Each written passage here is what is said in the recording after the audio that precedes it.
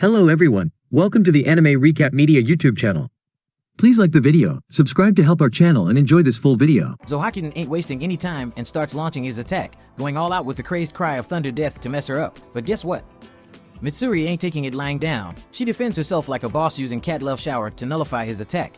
Zohakuin's totally shocked that she can handle his move and can't believe his eyes.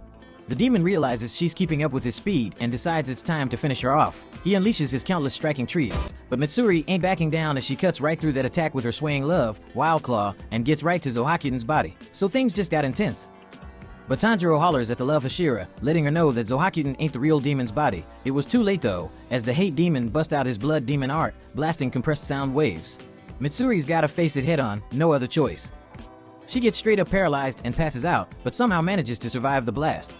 Mitsuri's life starts flashing before her eyes and takes us back to her first fiancé. He goes off on her hair color, saying it gives him the creeps even thinking about passing it on to their kids, and tells her to forget about him and that whole marriage mess. But here's the kicker, Mitsuri ain't no ordinary. This little girl was a total powerhouse since she was barely a year old. She could lift a massive 33-pound stone like it was no big deal. She had the appetite of a whole crew of sumo wrestlers. But things took a turn when her wedding plans went down the drain, so she decided to hide all her quirky abilities, thinking they were too much for anyone to handle. These three heroes, Tanjiro, Nezuko, and Ginyu, swoop in and save her from getting decked by Zohakuin's fist.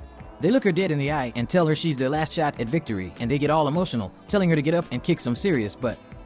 Hantengu releases another attack, however, the Hashira cuts through his attack, protecting the four of them. She screams at Hantengu that she won't lose to evil people and it's time to get more serious. Again, she takes us back in time, and there's Kagaya Obuyashiki talking to her. He's telling her to be proud of her strength and not give a damn about anyone who hates on it. When Hantengu tries to throw some attacks her way, she straight up slices through them like a boss and tells herself she's gotta level up her game. She's got a plan, and she's telling Tanjiro, Ginyu, and Nezuko to split up and find the main body. Meanwhile, she's handling the other dude herself. Hantengu peeps the trio searching and tries to launch an attack their way, but Mitsuri shuts it down like a boss before it reaches them.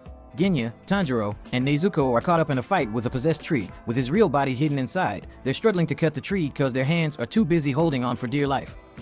Ginyu's left with no choice but to chow down on the tree itself, and guess what? Turns out Ginyu's got a special power where he can get the demon's traits if he eats its flesh for a short time. So, the top part of the tree falls down after Ginyu takes a bite, and Tanjiro goes in for the slicing action.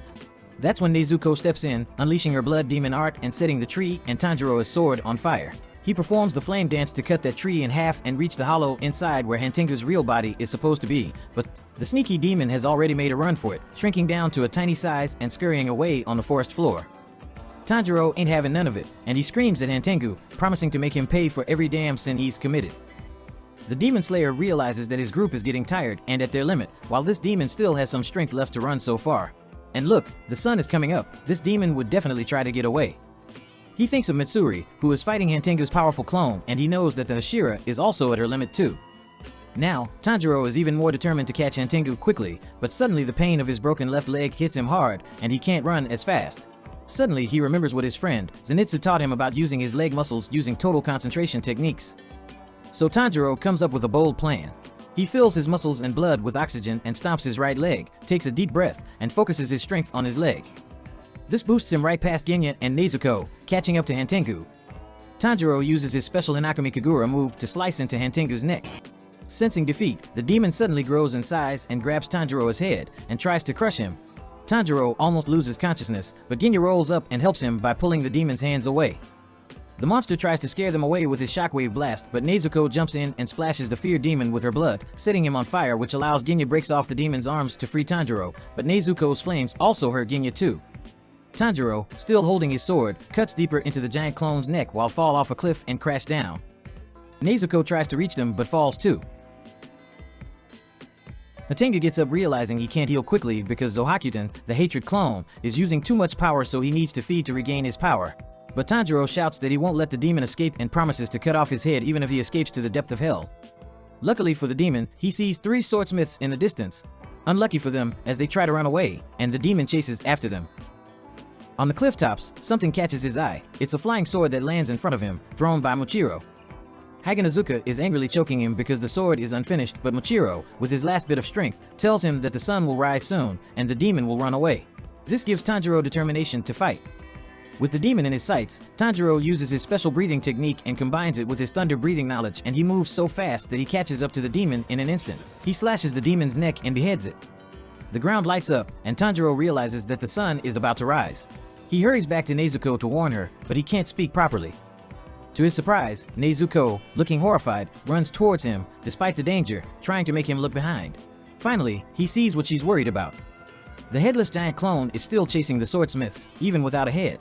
To his shock, Tanjiro notices that the severed head has the word resentment on its tongue, while the main body had the word fear. That is still not the real body? So he races to finish off the demon, and Nezuko joins him, and just as they are about to attack, the sun rises and burns his sister. She tries to shield herself, but the sunlight causes severe burns on her face and arms. Tanjiro abandons the demon and desperately tries to protect his sister from the sun's rays. He begs her to shrink herself to avoid the burning, but it doesn't work. Genya and Muchiro are unable to help because they are too injured, and Tanjiro knows that if he lets the demon burn, it will be too late and the swordsmiths will die. He is stuck, unable to choose between fighting the demon or saving his burning sister. He freezes, feeling frustrated and angry at the unfairness of the situation. Suddenly, Nezuko kicks him in the air, leaving herself exposed to the sun.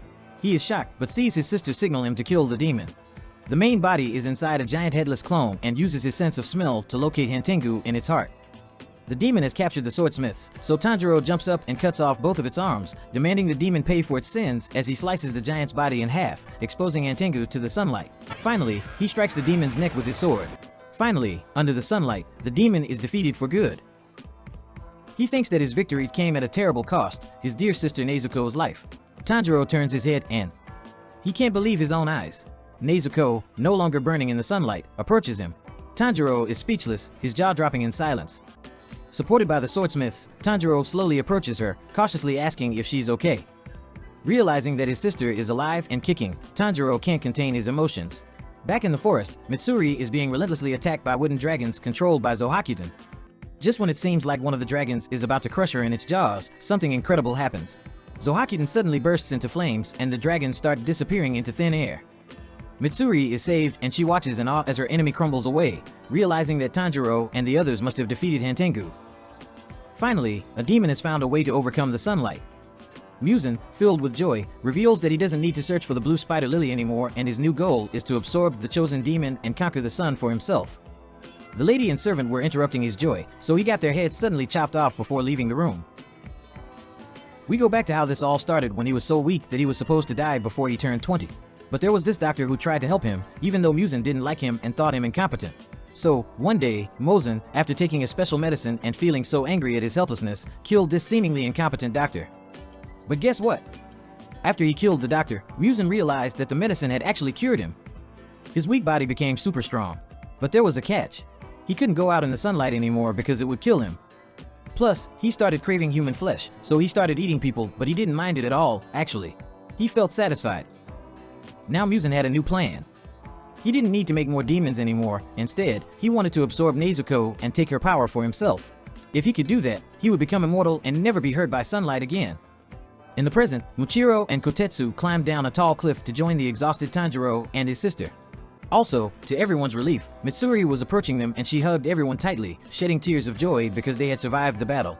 Nezuko repeated Mitsuri's words, which surprised her momentarily. Then she hugged Nezuko as well and cried tears of gratitude for her survival. A female Kakushi who brought Tanjiro to the village appears and gives him a blindfold and nose plugs. She tells him to wear them as they say their goodbyes. Suddenly, they stop and the Kakushi tells him to take off the blindfold. The villagers surprise him by throwing confetti and thanking him for saving them while Tanjiro is overwhelmed by their gratitude. And this season of Demon Slayer ends here. How was the video? We hope it was good. If so, please check these videos. Also, please comment down your thoughts and your suggestions for future videos. If you haven't already, please consider subscribing now to show the support to our channel. We hope to see you soon with another video right in this channel. Have a nice day.